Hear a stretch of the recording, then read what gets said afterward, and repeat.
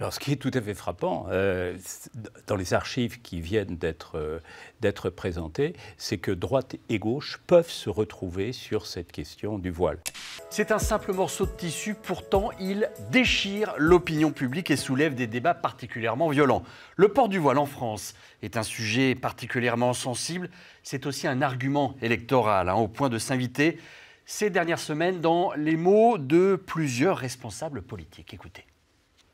La liberté, Marianne, elle a le sein nu, elle n'est pas voilée parce qu'elle est libre. Vive le sport et donc à bas le voile, bien sûr. Gabriel Attal propose, lui, d'interdire le voile aux moins de 15 ans.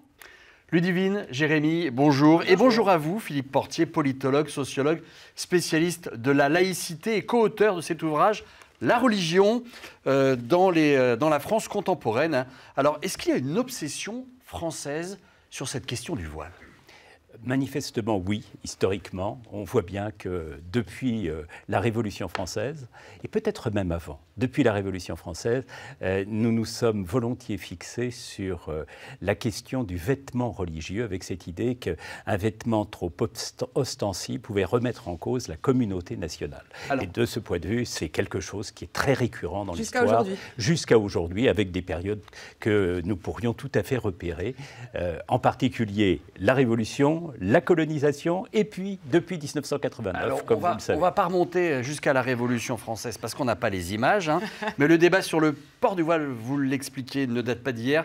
Voilà plusieurs décennies qu'il a fait irruption dans le débat public. Ludivine, vous allez prendre un point de départ, 1989. Oui, avec une affaire de voile qui a embrasé le débat public en France. Voilà, et depuis des lois sur le port du voile, il y en a eu quelques-unes, Jérémy. Il y en a eu quelques-unes, certaines appliquées, d'autres un peu moins. On va faire le point tous ensemble.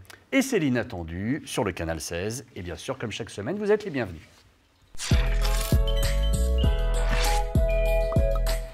Le port du voile agite de façon régulière la classe politique, une obsession française qui dépasse les clivages gauche-droite habituels, comme nous l'explique Géraldine Cornet-Lavaux. Pour moi, le voile ne sera jamais une marque de la liberté, parce que c'est un vrai marqueur de la soumission. Voile, symbole de soumission. Ce n'est pas le premier à avancer cet argument. Yvette Roudy, socialiste, ancienne ministre des droits de la femme, avait le même discours en 1989. Il y a quand même le principe de la soumission de la femme qui est inscrit dans ce port de voile. Au centre droit, Jean-Michel Blanquer avançait lui aussi l'égalité homme-femme en 2019. Le voile n'est pas souhaitable, oui, je pense que c'est pas souhaitable et c'est ma vision de l'émancipation de la femme. À l'extrême droite, derrière ce discours, pointe même la défense de l'identité nationale. Je pense vraiment que la question du voile, c'est aussi la question de la position de la femme qui n'a pas lieu d'être en France, où on est plutôt la patrie de Brigitte Bardot, vous voyez. D'autres politiques s'opposent au port du voile en avançant le principe de laïcité, comme Jack Lang en 2003. Il est interdit à l'école d'arborer son appartenance politique, religieuse, ni kippa, ni croix, ni foulard. Point final. Un autre argument, avancé en majorité par l'extrême droite, le voile serait un symbole politique. C'est un uniforme islamiste. Et c'est au titre de l'uniforme islamiste que j'interdirais le voile dans l'espace public. Le voile est un étendard politique et un étendard religieux. Dans l'islam, c'est la même chose, la religion et la politique. Voile, comme symbole politique, cet argument a déjà été entendu. C'était par Gisèle Halimi, féministe, en 1989. Le tchador, ça n'est pas seulement religieux, c'est politique, ne nous y trompons guère. Soumission de la femme, affront à la laïcité, symbole politique, mêmes arguments mais pas les mêmes raisonnements selon le courant politique. De quoi cristalliser un débat sans fin. Voilà, un débat sans fin, c'est intéressant, on entend les mêmes arguments, mais ce ne sont pas tout à fait les mêmes raisonnements. Peut-on dire sur ce sujet que Gisèle Halimi et Éric Zemmour étaient engagés dans le même combat ? Alors, ce qui est tout à fait frappant, dans les archives qui viennent d'être présentées, c'est que droite et gauche peuvent se retrouver sur cette question du voile. Et que donc, ce qui existait auparavant, une division de la scène... Pas pour les mêmes raisons. On va le voir. Oui. Ce qui existait auparavant sur la scène politique française, la séparation entre droite et gauche sur ces questions de la régulation du religieux, s'est vraiment brouillé au cours des 30 dernières années. On voit du côté de la droite des divisions. On voit du côté de la gauche aussi, les images qui nous ont été montrées le signal, on voit également des divisions. Alors avec, et c'était la question que vous posiez, le problème de savoir si on a affaire au même raisonnement, du côté de ceux qui veulent l'interdiction, il y a tout de même toujours les mêmes raisonnements, et ce qui fait en effet un croisement des intentions, un croisement des propositions, c'est le fait que d'une part on estime que le voile enferme les individus dans une servitude qu'ils n'auraient pas choisie, et puis que deuxièmement, ce voile porte atteinte à la cohésion nationale, et c'est la fameuse thématique du communautarisme qui apparaît derrière tout cela. On l'a vu dans le sujet, l'extrême droite avance l'argument de la défense des femmes et de la laïcité. Est-ce qu'ils sont sincères ? Le problème est de savoir comment on analyse la laïcité. Il est vrai que pendant très longtemps, je dirais jusqu'au début des années 2000, la question de la laïcité n'apparaît pas du côté de ce qu'on appelle encore le Front National. On défend plutôt les racines chrétiennes de la France, attachées à une vision qui nous semble aujourd'hui totalement hors du temps, la thématique de l'État catholique qui était portée par le mouvement intégriste. À partir des années 2000, la laïcité apparaît à l'extrême droite comme un thème extrêmement important. Sincérité ou pas, il est là et il s'analyse essentiellement comme un processus d'éradication de la visibilité du religieux islamique dans l'espace public. Alors tiens, regardez justement, je vais vous montrer un chiffre d'après un sondage CSA pour Public Sénat. 61% des Français sont pour l'interdiction des signes religieux visibles dans l'espace public pour tout le monde. Pourquoi est-ce qu'en France, ça pose problème ? Alors je dirais qu'en France, ça pose problème de manière sans cesse plus accentuée depuis une trentaine d'années. Et particulièrement pour le voile, non ? Ou en tout cas pour les signes musulmans, a priori. Toujours pour les signes musulmans. La question, en effet, posée ici renvoie au port des signes religieux visibles. Derrière cette affirmation, c'est évidemment le port des signes musulmans qui est visé. Alors, vous auriez produit un sondage analogue pour les années 1990, on serait en gros à 20 points de moins. Peu à peu, l'opinion publique s'est durcie sur cette question. Qu'est-ce qui se passe ? Pourquoi ? Alors, pourquoi ? Il y a d'abord, dans la société française, je l'expliquais ou je le disais tout à l'heure, une longue tradition d'inquiétude devant la visibilité des signes religieux. C'était le cas d'ailleurs déjà au moment de la loi de 1905 dont nous allons cette année célébrer le 120e anniversaire. Puis il y a un deuxième élément qui est plus important encore, c'est que la société française, dans ses paysages religieux, a évolué depuis maintenant 50 ou 60 ans. Une population nouvelle s'est installée, la population musulmane. Dans un premier temps de son installation, elle embrasse au fond les rituels, les mécanismes d'organisation de la société sécularisée. Puis à partir des années 1980, on voit une évolution avec l'affirmation d'une visibilité, une démonstration plus ostensible d'identité qui va choquer une partie des Français. J'ai une autre question rapidement. Est-ce que cette obsession des politiques finalement ne va pas nourrir une certaine islamophobie au sein de la société française ? Alors, ce que vous dites me semble tout à fait juste. C'est-à-dire qu'on rejoint la nécessité d'une analyse historique en la matière. Vous voyez, au début des années 90, la tolérance est encore très forte sur le terrain des signes religieux. Et puis, au fur et à mesure que les années passent, on s'aperçoit que cette tolérance, elle diminue beaucoup sur la question des signes religieux, ce qui a beaucoup à voir aussi avec le rapport que nous avons avec l'ancienne France coloniale. Mais on voit bien qu'au cours de ces dernières années, en effet, la réticence vis-à-vis du voile, c'est... La violence vis-à-vis du voile, c'est profondément avec des femmes qui se voient... Oui, et sans parler du crime raciste aussi dans le Var. Oui, qui se voient arracher leur voile dans la rue, et puis avec des propos qui sont des propos de plus en plus agressifs vis-à-vis du voile, des propos qui ne s'attachent pas simplement au voile, mais aux conséquences supposées que le port du voile pourrait entraîner dans la population française. Alors je réponds immédiatement à votre question en disant il y a deux facteurs. Il y a à la fois probablement l'effet de discours politique qui configure l'opinion publique, mais il y a aussi, il ne faut pas l'ignorer totalement, l'idée que la société française a été traumatisée collectivement par toute une série d'attentats qui l'a mise en péril sur sa propre sécurité culturelle. Voilà des éléments qui, probablement mis ensemble, expliquent pourquoi, depuis une trentaine d'années, nous sommes dans cette perspective. Alors, sur la question du port du voile, une affaire a particulièrement marqué les esprits dans notre pays. Regardez. Et Ludivine, cette affaire, c'est l'affaire du foulard de Creil. Oui, parce que c'est le point de départ de la discorde autour du port du voile en France. Retour en 1989, année d'élection municipale. L'immigration est au cœur du débat politique. L'extrême droite progresse dans les urnes. Alors, dans ce contexte, ce fait divers ne va pas passer inaperçu. En septembre, au collège Gabriel Avez de Creil dans l'Oise, deux sœurs, vous les voyez juste ici, Fatima et Leïla, ainsi que leur amie Samira, sont écartées de leur établissement par leur principal. La raison, les trois jeunes filles musulmanes refusent d'enlever leur foulard islamique dans l'enceinte de l'établissement. Les médias s'emparent rapidement de l'affaire dès le mois d'octobre.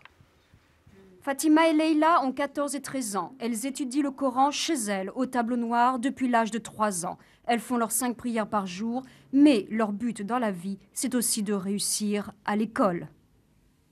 Moi, je veux continuer mes études, je veux travailler. Fatima et Leïla ne sont pas exclues du collège Georges Avez, mais l'accès leur en est refusé tant qu'elles porteront le foulard pendant les cours. Principe de laïcité oblige. Le problème n'est pas des croyances, le problème est de la manifestation extérieure de cette croyance dans l'enceinte des locaux scolaires et notamment en classe. On l'a entendu, le principal a pris sa décision au nom du principe de laïcité. Pour rappel, à l'époque, aucune loi n'encadre le port de signes religieux à l'école.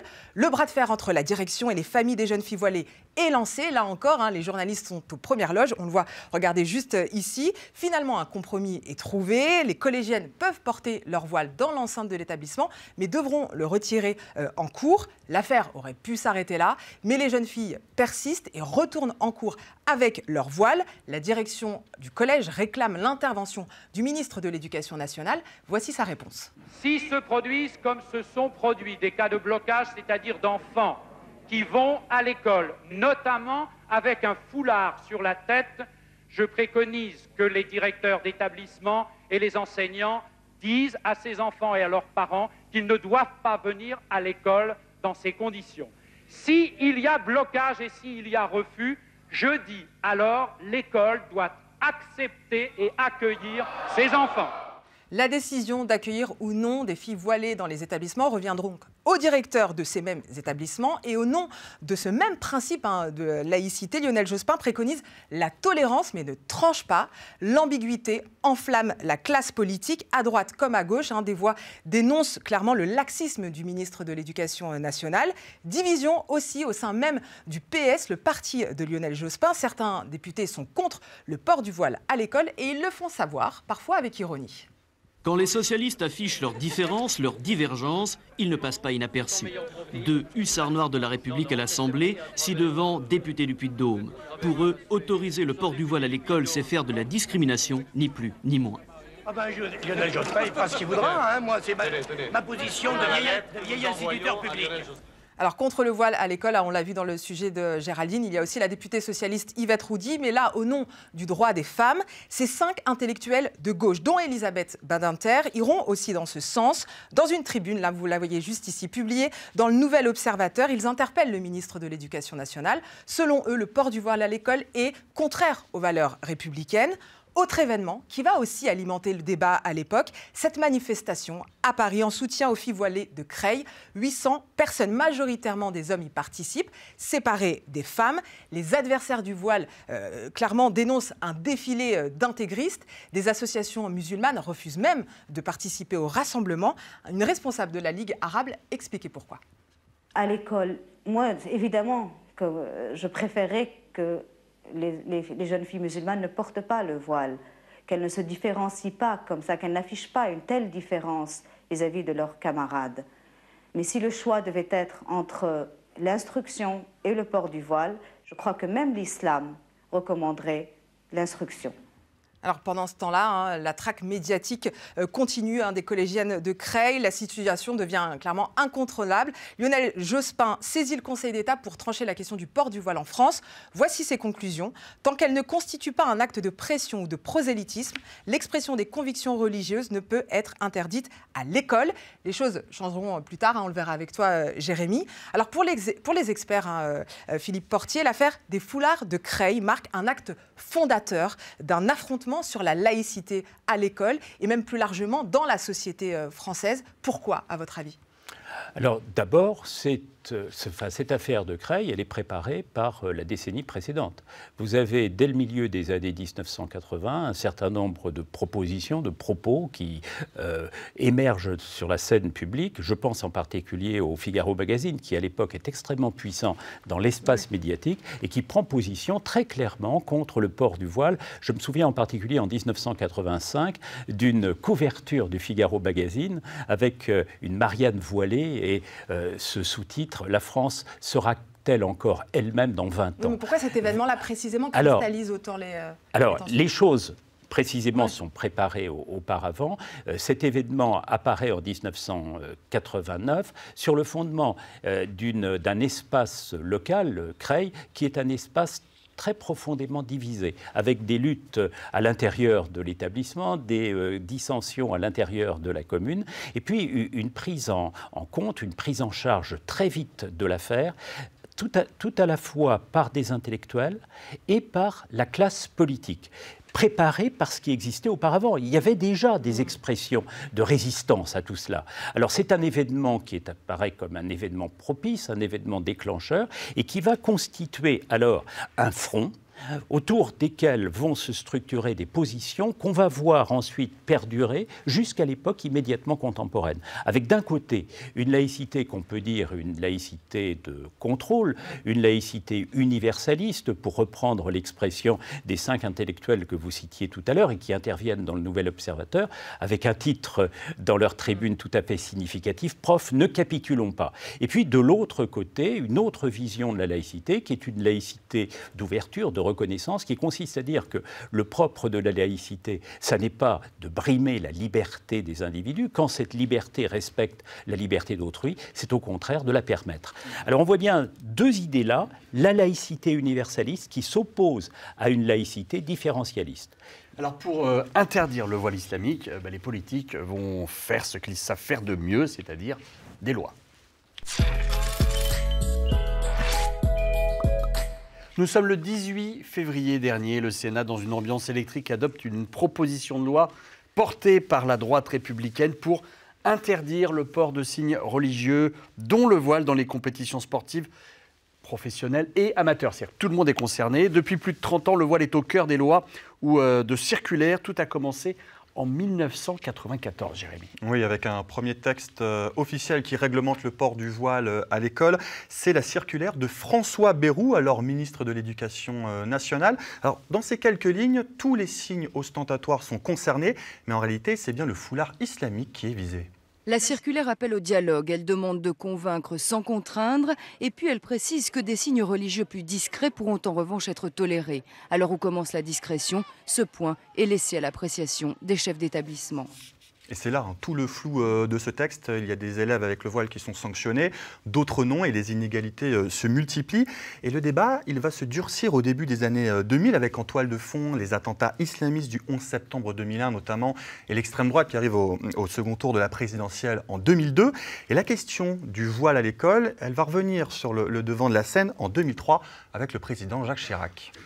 On ne peut pas accepter, par exemple, que l'affirmation d'appartenance ethnique ou religieuse soit érigée en acte politique.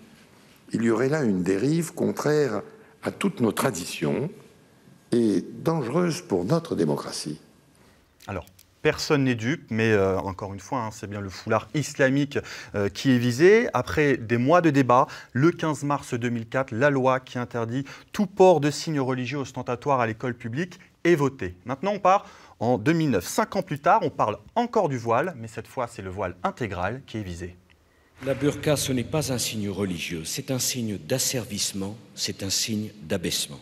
Nous ne pouvons pas accepter dans notre pays des femmes prisonnières derrière un grillage, coupées de toute vie sociale, privées de toute identité, ce n'est pas l'idée que la République française se fait de la dignité de la femme.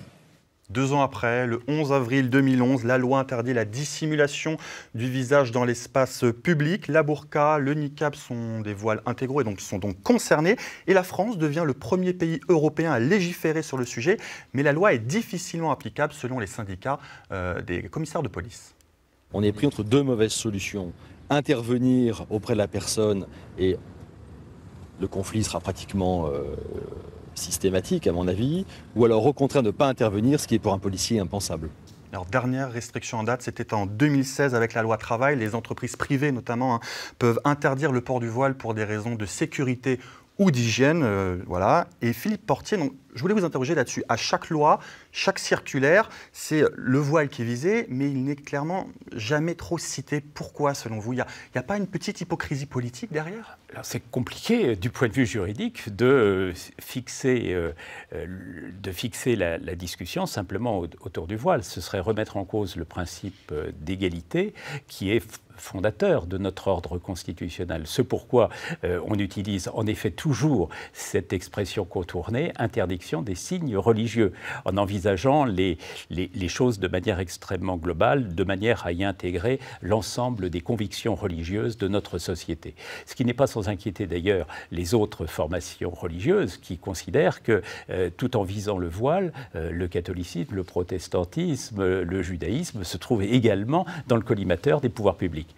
Ce que ne souhaitent pas les pouvoirs publics, mais ce qui apparaît comme étant un effet du principe d'égalité propre à la législation et à la Constitution française. J'ajoute juste un mot, c'est qu'on a beaucoup discuté là des signes religieux en disant mais est-ce que c'est pas finalement une autre forme de laïcité? Moi j'aurais tendance à dire c'est un dévoiement de la laïcité. Ce qui caractérise la laïcité dans son épure, c'est le fait qu'elle ne compte que pour l'État. Et à l'intérieur de l'État pour les agents du service public. Ce que vous venez de dire à travers la succession des lois que vous avez citées, vous auriez pu y ajouter la loi du 24 août 2021 qui est la loi contre le séparatisme, loi visant à conforter le respect des principes de la République.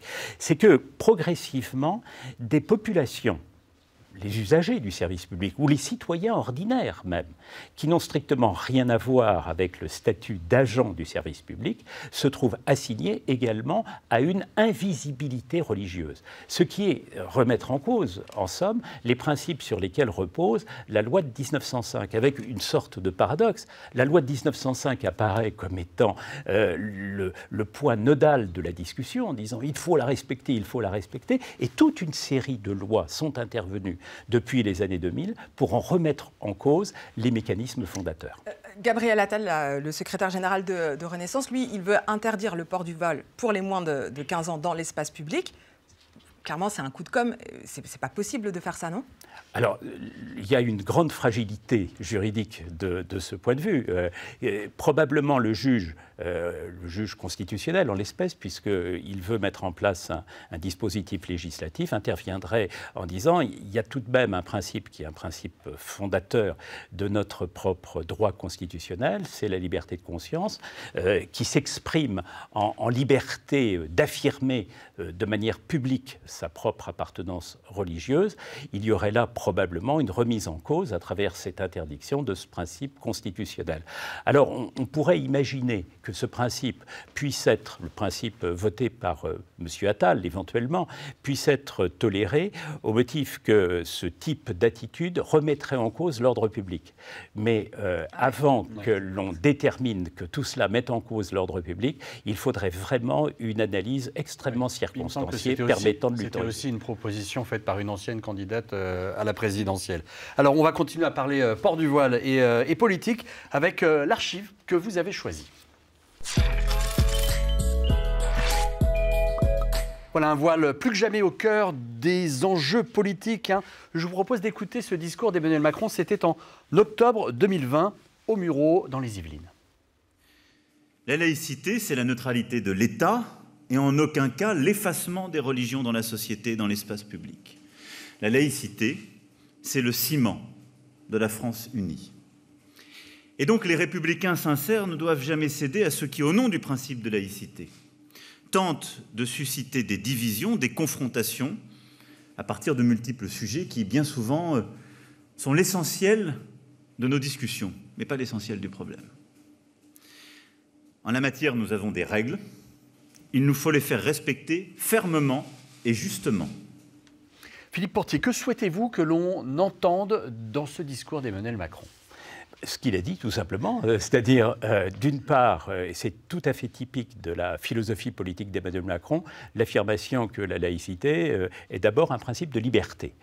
Mais ce principe de liberté connaît un certain nombre de restrictions dès lors que l'ordre public se trouve mis en cause, cet ordre public ne se trouvant plus défini par Emmanuel Macron de la même manière qu'il l'était en 1905.